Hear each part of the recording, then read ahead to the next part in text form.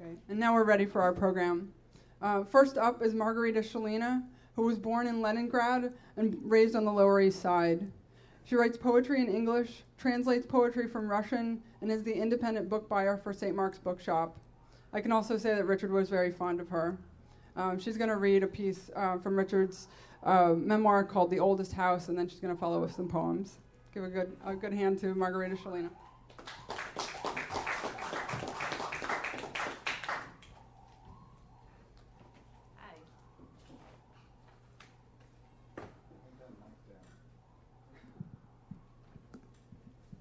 What have you done? Okay.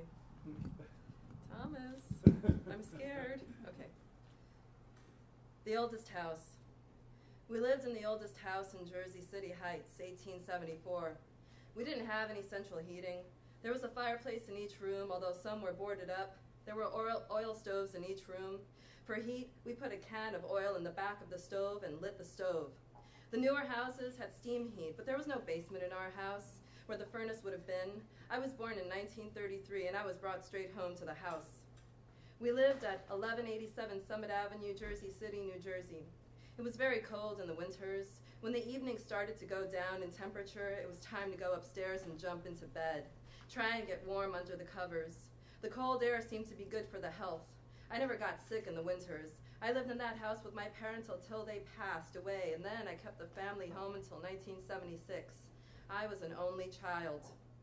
My grandfather came from Ireland. His cousin Belton was a bank embezzler, and there was a rumor that he had hidden his money somewhere in the attic of our house. The house had a large attic. When I was young, I'd go looking for the money in the attic. This wasn't the only story I heard like this in Jersey City. I never found the money, but it seems like it was a popular thing to hide bills in the walls in Jersey City. Other places prefer mattresses.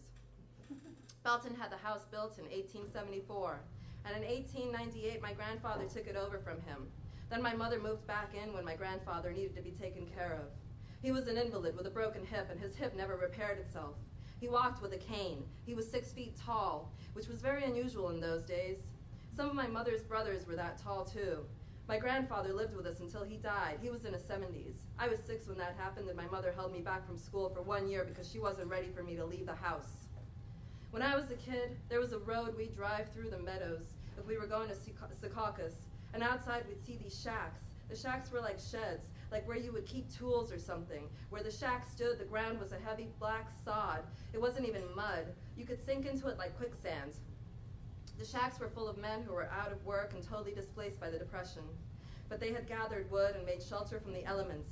I used to look out the window of our 1940 Studebaker Champion, which was the smallest of the Studebakers, smaller than the Ford or a Chevy. And we were poor, but this was like Rockefeller looking out his window onto a middle-class house.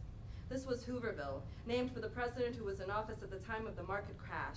He got all the credit. I didn't find out the name Hooverville until later. When I was a kid, it was just an impression, driving through the tall blades and seeing them full of men and bonfires, or seeing the area from up high and seeing the shacks dotted throughout the foliage among the Everglades. You could just see the roofs of these shacks. The thin orange trolleys and the wooden roofs, these were the things you could see looking out at the Meadows from up high. The men who lived in Hooverville, some of them were itinerants who rode the rail cars all across the country and back looking for work or avoiding work. I think about Kerouac. When he was writing in the 1950s, he had to get out and get away. He had to ride around like a hobo. He drove around in a car for on the road, but he'd have been writing 20 years earlier. He would have taken a boxcar. The men could get a sort of welfare, but they had to perform certain city tasks in exchange for it. Together with the WPA, Jersey City had the unemployed men, basically the neighborhood's men, repaving the streets and boulevards.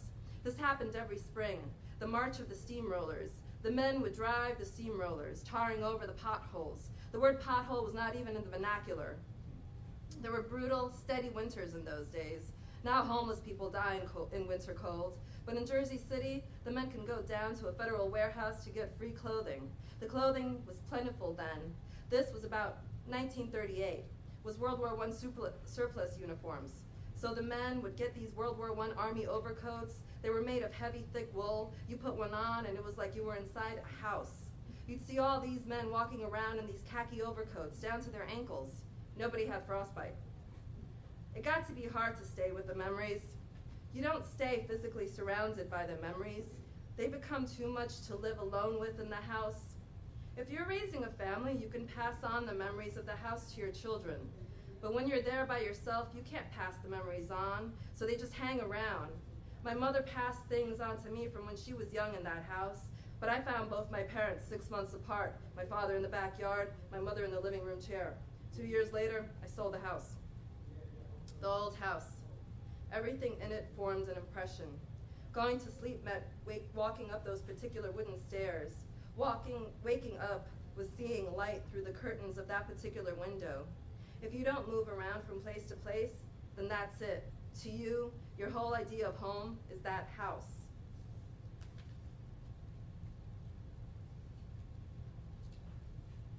This is from Memory Hair. Empty. Old houses with an abandoned stair, eye windows of darkness, faded echoes in the walls. Old houses sit, waiting, memory curtains at the windows. Each room cries a separate sadness and waits for the past. Old houses are parents whose children have left. Roofs. Through the slits of white blinds, wet, raw December wet, tar-black roofs in mixed rectangular patterns covering lives beginning, living, ending. Roofs. No promise, no denial, quiet stretching to other grays. Quiet in the distance also, the rained black roofs, mirrors of distorted reflection of street lights, like stars viewed through a mist, lights smeared on black palettes, timeless art, timeless artist.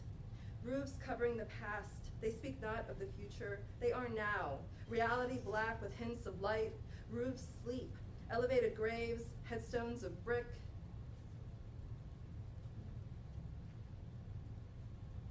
Key.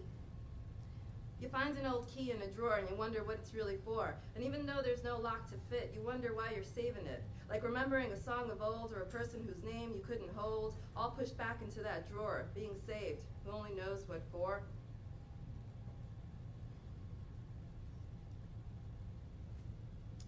Winter evening.